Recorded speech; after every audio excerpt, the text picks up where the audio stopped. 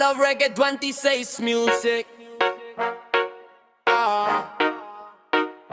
Oh, yeah. Kayo po na nakaupo, subukan nyo namang tumayo. At baka matanawnan nyo ang tunay na kalagayan ko. Ganito kasi yan eh, tao po, nandyan po ba kayo sa loob ng malaking bahay at malawak na bakuran? Mataas na pader, pinapaligiran at nakapila mga mamahaling sasakyan. Mga bantay na laging bulong ng bulong, wala namang kasal pero marami ang nakabarong. Lumakas man ang ulan ay walang butas ang bubong. Mga plato't kutsara na hindi kilala ang tutong. At ang kanin ay simputi ng gatas na nasa kahon. At kahit na hindi Pasko, sa lamesa ay may hamon. Ang sarap sigurong manirahan sa bahay na ganyan. Sabi pa nila ay dito mo rin matatagpuan ang tao na nagmamay-ari ng isang upuan, na pag may pagkakatao'y pinag-aagawan. Kaya naman hindi niya pinakakawalan, kung makikita ko lamang siya ay aking sisigawan. Kayo po na nakaupo, subukan nyo namang tumayo.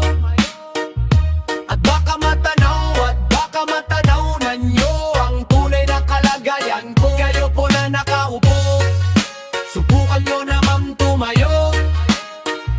At baka matanawnan nyo ang tunay na kalagayan ko. Mawalang galang na po sa taong nakaupo. Alam nyo bang pantakal ng bigas namin ay di puno? Ang dingding ng bahay namin ay pinagtakpi-takping yero. Sa gabi ay sobrang init na tumutunaw ng yelo, na di kayang bilhin upang ilagay sa inumin. Pinakulong tubig sa lumang takuuling, uling-uling. Gamit lang panggatong na inanod lamang sa estero, na nagsisilbing kusina sa umagay aming banyo. Ang aking inay na may kayamanan, isang dero na nagagamit lang pag ang aking na may sumweldo. Pero kulang na kulang pa rin, ulam na tuyot asin. Ang 50 pesos sa maghapoy pagkakasyahin. Di ko alam kung talagang maraming harang o mataas lang ang bakot, o nagbubulag-bulagan lamang po kayo. Kahit sa dami ng pera nyo, walang doktor na makapagpapalinaw ng mata nyo. Kaya huwag kang masyadong halata, bato-bato sa langit.